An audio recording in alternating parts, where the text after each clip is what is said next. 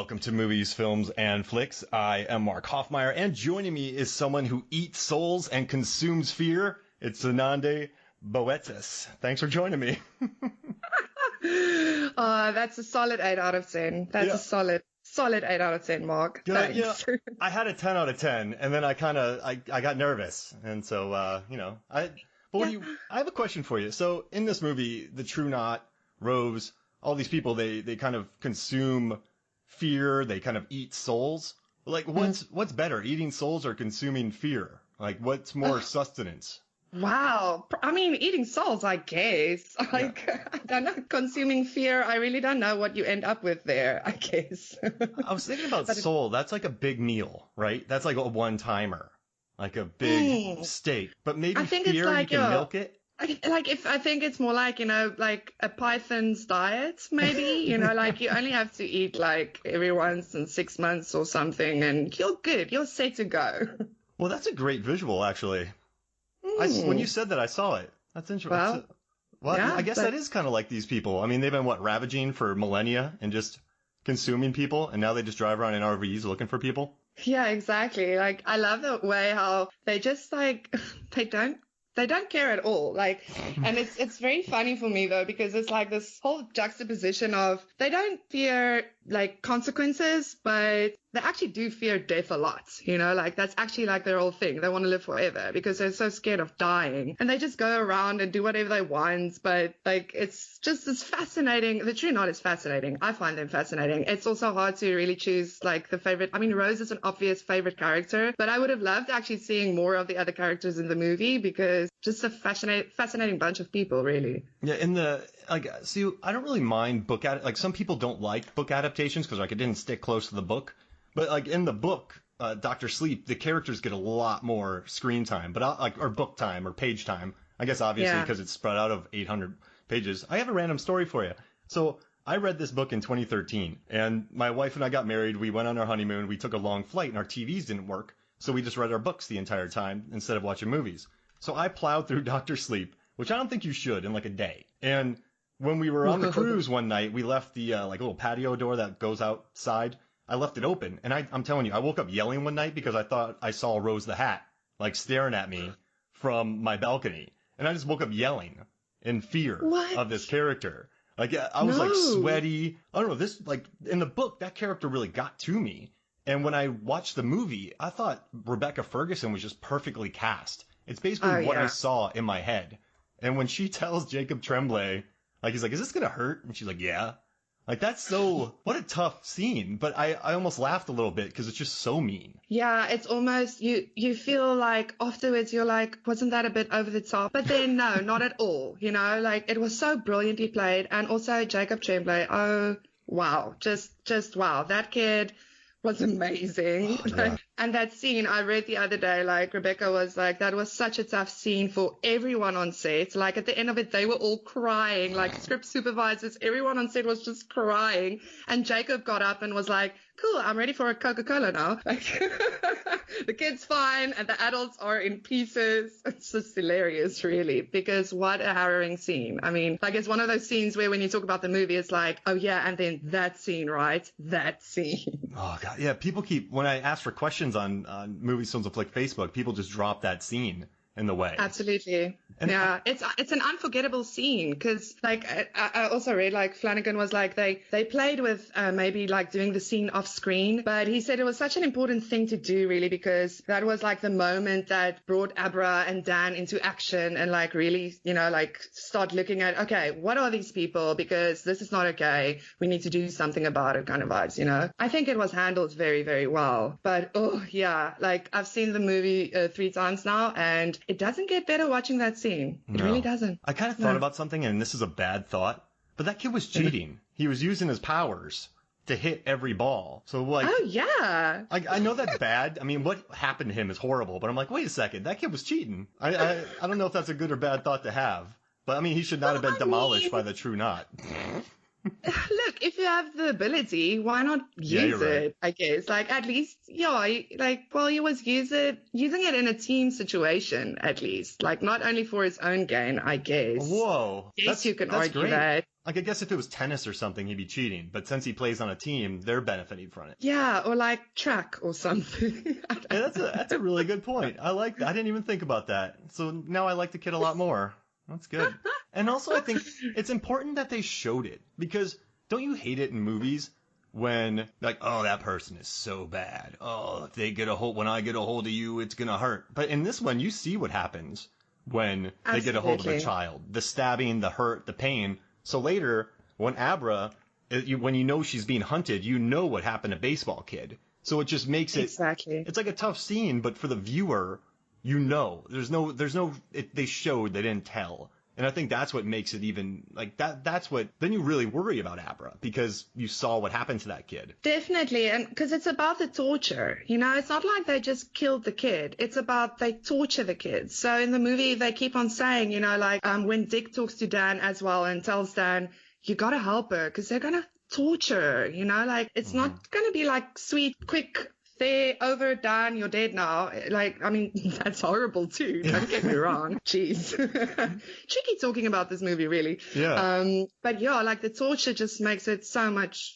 like worse, you know, like that complete suffering that the kids go through with these people that suck the living life out of them. No thanks. Oh, very interesting thing. I actually read that they had such a hard time with the steam, right? So because apparently when there were too little of the steam, it looked like everyone was just cold. But when it was too much, Flanagan was like, when it was too much, it looked like everyone was vaping.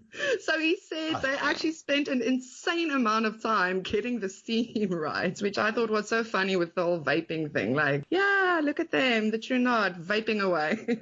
Yeah, you definitely don't want it tied with that. Like, imagine being in a theater and they leave it in there and you're like, are they vaping?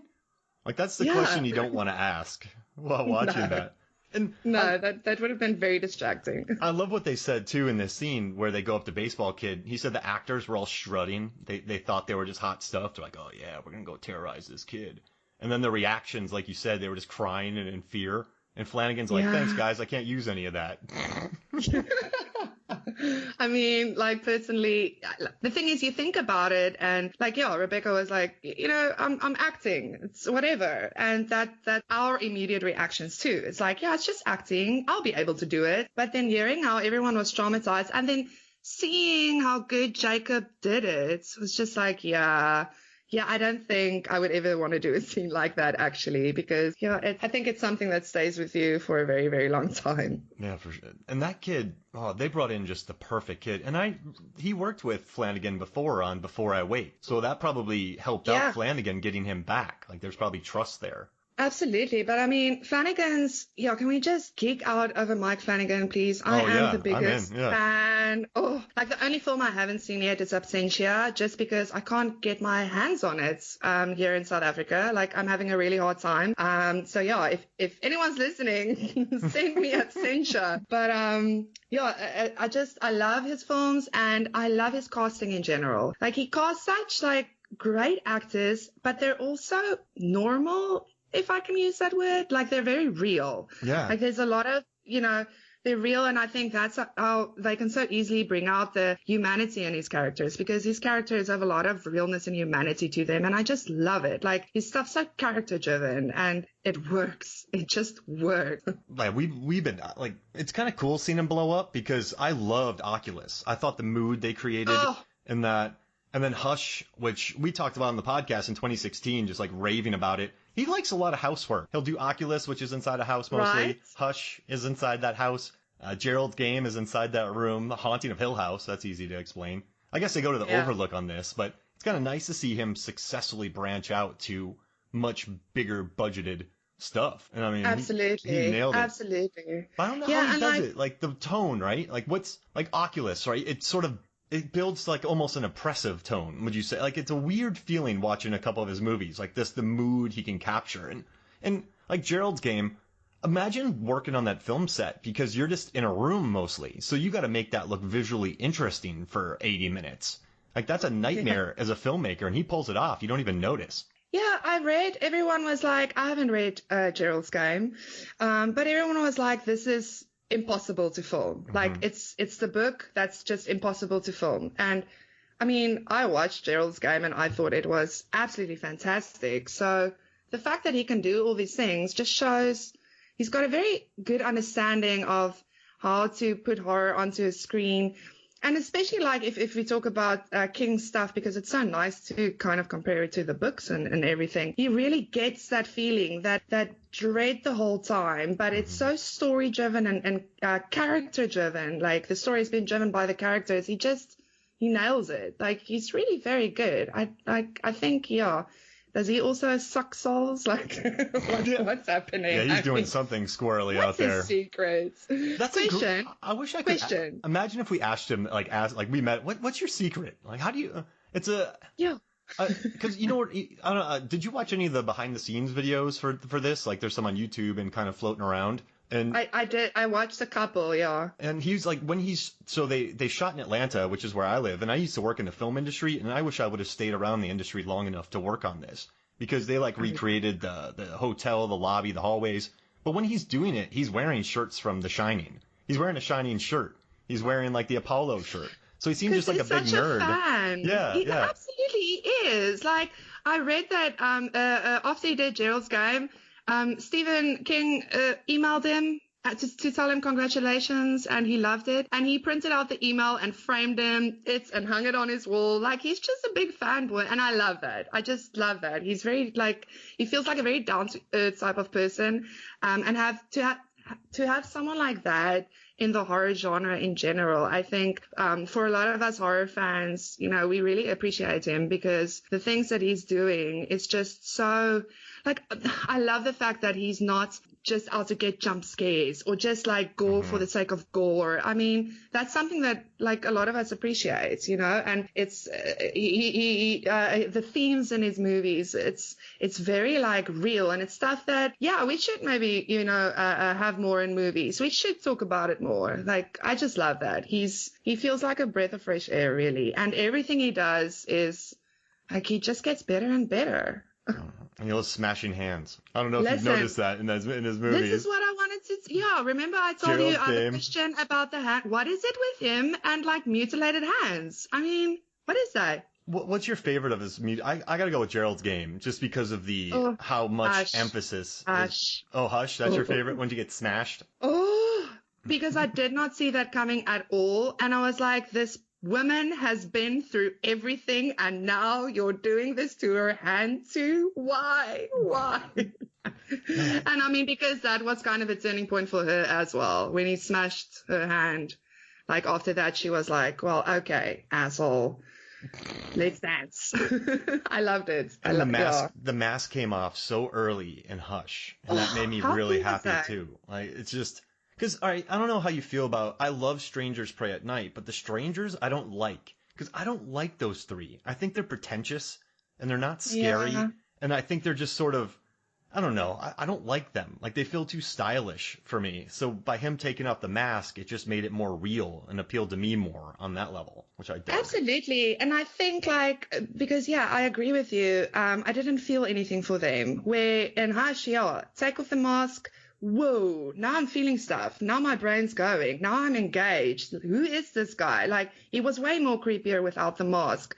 Great mask, but yeah, I think we've done a lot of masks now. You know, I think we know the mask thing by now. So I loved it when that mask came off, because yeah, it's something that you don't expect. And I think it worked just beautifully. But yeah, the mutilated hand thing, I mean, Flanagan, if you ever listen to this, please address your obsession, apparently, with mutilated hands. So we have two questions now that we can come up with. Like, wait, how do you do it, and what's up with the hands? I guess we can do that. Yeah. Come up with 5. We got a cracked article. Absolutely. And we can start it with, Dear Mike Flanagan. And I gotta tell you, like, the job that he did on this Dr. Sleep, I don't envy him. Because, so do you like The Shining, Kubrick Shining? Are you a fan of that movie? Listen.